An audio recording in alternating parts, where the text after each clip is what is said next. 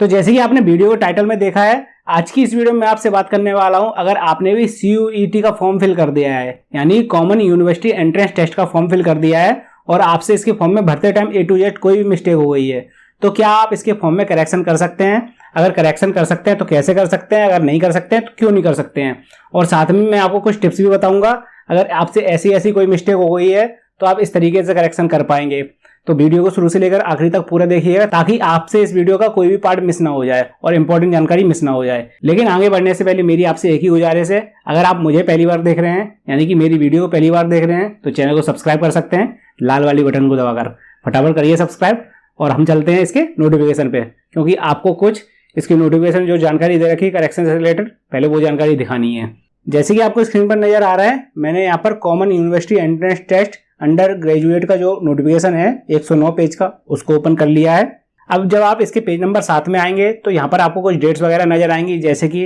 इसके फॉर्म कब से शुरू किए गए हैं और कब तक इसके फॉर्म चलेंगे। अब जब आप इसके तीसरे पॉइंट में देखेंगे तो यहाँ पर लिखा नजर आएगा आपको correction in the particulars of application form on website only, यानी कि इसके फॉर्म में जो करेक्शन होगा वो वेबसाइट के थ्रू होगा। लेकिन जब आप इसके आगे देखेंगे तो यहाँ पर लिख कर आएगा to be announced later on the website, मतलब इसकी डेट का जो अनाउंसमेंट किया जाएगा वो बाद में किया जाएगा और वेबसाइट पे कर दिया जाएगा। तो आपके फॉर्म में कोई भी मिस्टेक हो गई हो तो आप बाद में करेक्शन कर सकते हैं, लेकिन अभी तक इन्होंने डेट वगैरह मेंशन नहीं कर रखी है यहाँ पर, लेकिन उन्होंने बोल दिया कि भैया जो भी अनाउंसमेंट होगा डेट से या फिर करेक्शन से रिलेटेड वो बाद में किया जाएगा इसकी ऑफिशियल वेबसाइट पे।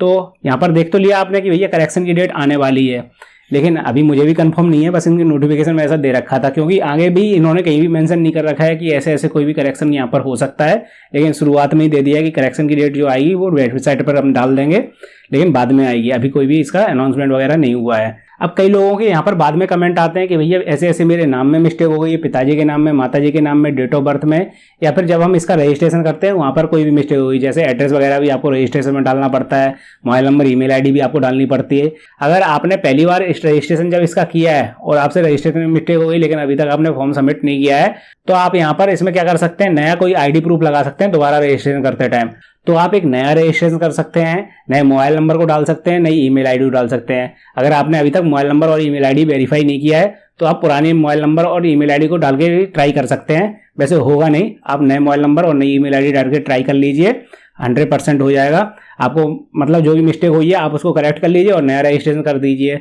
लेकिन अभी तक अगर आपने फॉर्म सबमिट नहीं किया है तो ही आपको नया रजिस्ट्रेशन करना है। अगर आपने फॉर्म को सबमिट कर दिया है तो नए रजिस्ट्रेशन की बिल्कुल ट्राई मत करना, क्योंकि अगर आपने दोबारा से नया रजिस्ट्रेशन कर दिया, अगर आपका पुराना फॉर्म सबमिट हो चुका है तो यहाँ पर डुप्लीकेट फॉर्म हो जाएंगे। इस केस में आपका फॉर्म रिजेक्ट भी किया जा सकता है, दोनों ही फॉर्म रिजेक्ट किए जा सकते हैं। इसके बाद अगले स्टेप पर आप देखेंगे तो आपको अपने पिताजी की डिटेल भरनी पड़ेगी,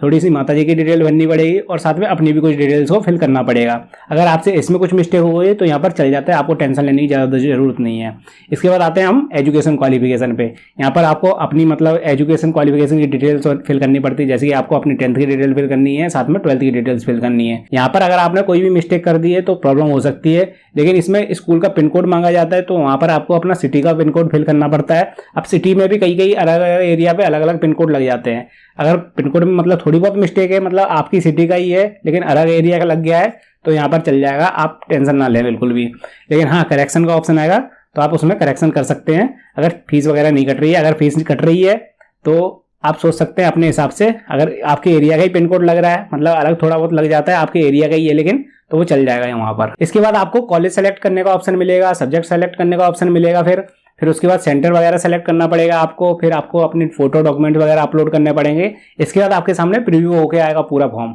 अगर फिर भी आपसे कोई मिस्टेक हो जाती है तो यहाँ पर आप मतलब हर पेज पे आपको अपडेट का ऑप्शन नीचे मिल जाता है, वहाँ पर आप अपनी डिटेल को अपडेट कर सकते हैं और लास्ट में आपको प्रीव्यू का ऑप्शन दिया जाता है, वहाँ पर आप अपनी सभी डिटेल को अच्छे से चेक कर सकते हैं। लेकिन फिर भी अगर आपने फॉर्म को सबमिट कर दिया है, प्रीव्यू का ऑप्शन होने के बाद आपसे फीस कटवाई जाती है और उसके बाद फॉर्म सबमिट हो जाता है। अगर आपने फीस वगैरह कटवा दी और फॉर्म को सबमिट कर दिया है तो यहाँ पर आप कोई भी करेक्शन नहीं कर पाएंगे, अभी तो नहीं कर पाएंगे, लेकिन जब इसकी करेक्शन डेट आएगी तब आप हो सकता है इसमें करेक्शन कर लें अगर कोई भी मिस्टेक हो गई है। लेकिन मैंने आपको बता दिया है कि भैया अगर अभी तक आपने फॉर्म सबमिट नहीं किया है और कहीं भी आपसे कोई भी मिस्टेक हो गई है, आपने भले ही प्रीव्यू में आपको पता चले जाए कि ऐसी मिस्टेक मुझसे हो गई है, तो आप एक नया रजिस्ट्रेशन कर दें, नए मोबाइल नंबर से, नई ईमेल आईडी से। A to Z कोई भी मिस्टेक हुई है लेकिन फॉर्म आपका सबमिट नहीं हुआ है तो आप एक नया रजिस्ट्रेशन कर सकते हैं और नए फॉर्म को दोबारा से सबमिट कर सकते हैं। आपको टेंशन लेने की कोई भी जरूरत नहीं है कि आपका दोबारा से फॉर्म रिजेक्ट तो नहीं कर दिया जाएगा। अगर इस केस में अगर आपने पहला फॉर्म सबमिट ही नहीं किया है तो दूसरा फॉर्म ही आपका पहला माना जाएगा और पुराने फॉर्म को यहाँ पर काउंट ही नहीं किया जाएगा।